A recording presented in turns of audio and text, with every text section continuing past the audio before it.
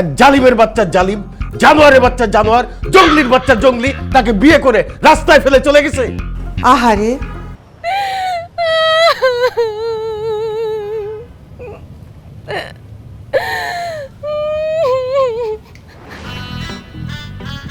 কি ব্যাপার মামুনি, তুমি এখানে বসে কাঁদছো কেন?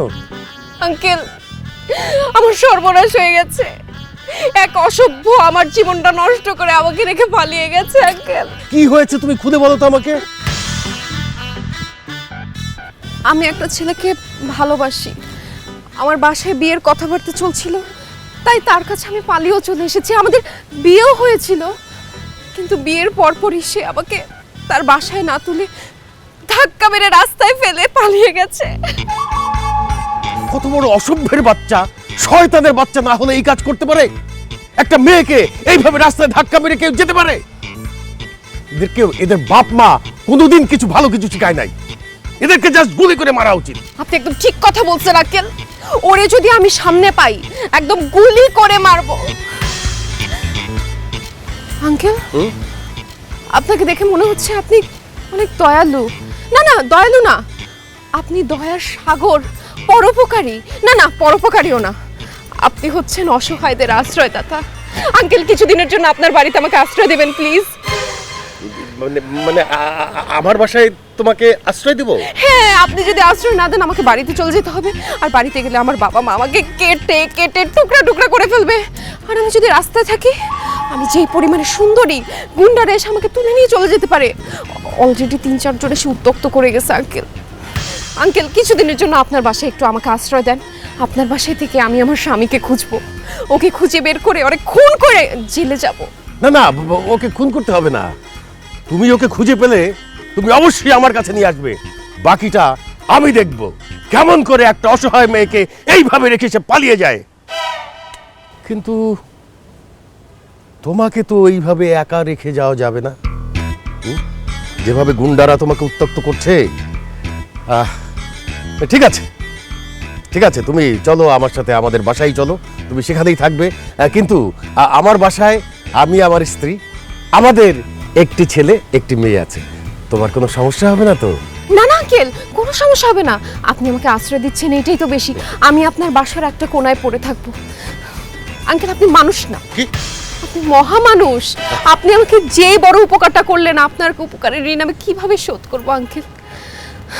এক বাবার কাছ থেকে পালিয়ে এসে আমি আরেকটা বাবাকে পেয়েছি। আপনি আমার আরেকটা বাবা আঙ্কেল। পাগল মেয়েটা কি বলে না বলে। চলো চলো, বাসায় চলো।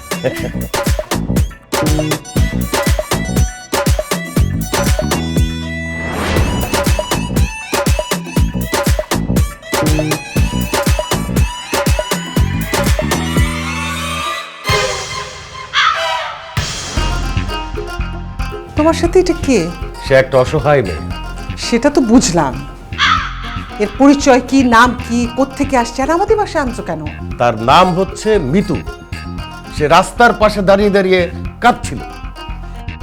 এক জালিমের বাচ্চা জালিম, জানোয়ারের বাচ্চা জানোয়ার, জঙ্গলির বাচ্চা জঙ্গলি তাকে বিয়ে করে রাস্তায় ফেলে চলে গেছে। আহারে, মেয়েটা তো আসলে অনেক কষ্ট। এগুলো হচ্ছে সব পরিবারের শিক্ষা, বুঝলা? পরিবারের বাবা মা ঠিক মতো শিক্ষা দেয় নাই, এই জন্যই এই মেয়েটার সর্বনাশ করে পালা গেছে। আমার ছেলে যদি এরকম কিছু করতো, একেবারে দাঁত দিয়ে কোপ দিয়ে না ঘাট থেকে কল্লা ফেলে দিতাম। Thank you aunty.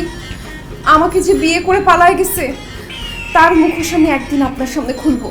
তখন আপনি অবশ্যই দা দিয়ে একদম কোপ দিয়ে তার কল্লাটা ফালায় দিবেন। তুমি খালি নামটা বলো, আমি নিজে ওই ছেলেকে খুঁজে বার করতে। আরে রাখো তোমার নাম। আব্বা, তুমি এই মেয়েকে চেনো না জানো না, বাসায় নিয়ে আসছো কেন? বাসায় নিয়ে আসছি, আমাদের বাসায় থাকবে সেই জন্যে। তোমার কি মাথা খারাপ হয়েছে? চেনা নাই জানা নাই, হুট করে একটা মেয়েকে নিয়ে আসছো বাসায়, বলো যে বাসায় থাকবে। বের করো এটাকে। ভাই কি বলতেছিস তুই? আপুটাকে বের করে দিলে সে এখন কোথায় যাবে? সে কোথায় যাবে সেটা কি আমরা জানি? সেটা তার ব্যাপার। আব্বা, তুমি এইসব মেয়েদেরকে ভালো করে চিনো না। যা বলতেছে সব সাজানো নাটক, সব মিথ্যা কথা। এইসব মেয়েরা নাটক করে মানুষের ফ্যামিলিতে ঢুকে তারপরে একদম চুরি করে টাকা পয়সা সোনা দানা সব নিয়ে যায়। তেমনি আমাদের ফ্যামিলি থেকে টাকা পয়সা সোনা দানা সব চুরি করে নিয়ে যাবে এই মেয়ে।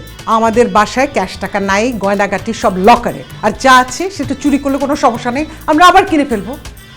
আর এই মেয়েটাকে দেখে আমার একদমই চোর মনে হচ্ছে না। মনে হচ্ছে সে খুব অসহায়। আরে অসহায় তো মনে হবেই, অসহায় হওয়ার ট্রেনিং দিয়েই তারপরে এদেরকে মার্কেটে ছাড়া হয়। এরা অভিনয় করতেছে, তোমরা বুঝতেছো না? আব্বা এখনো সময় আছে, আমি বলতেছি এই মেয়ে অ্যাক্টিং করতেছে, অনেক বড় বিপদে পড়বা কিন্তু এর বের করো বাসা থেকে। আরে বিপদে পড়লে পড়বো, তাকে বাইর করে দিয়ে কি তাকে বিপদে ফেলবো আমি? ভাই তুই যা তো, তোর ঘরে ওকে দিয়ে যা। তার স্বামীকে যতদিন পর্যন্ত সে খুঁজে না পায় ততদিন আমাদের বাড়িতে তোর রুমেই থাকবে। ঠিক আছে বাবা, চলো। তাই কিসের চলো আপনি?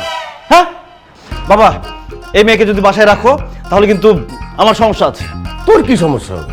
আরে আমি একজন অবিবাহিত ছেলে, আর মেয়েটি একটি অবিবাহিত সুন্দরী মেয়ে, বুঝো না কি সমস্যা হইতে পারে? পরে কিন্তু মান সম্মান কিচ্ছু থাকবে না।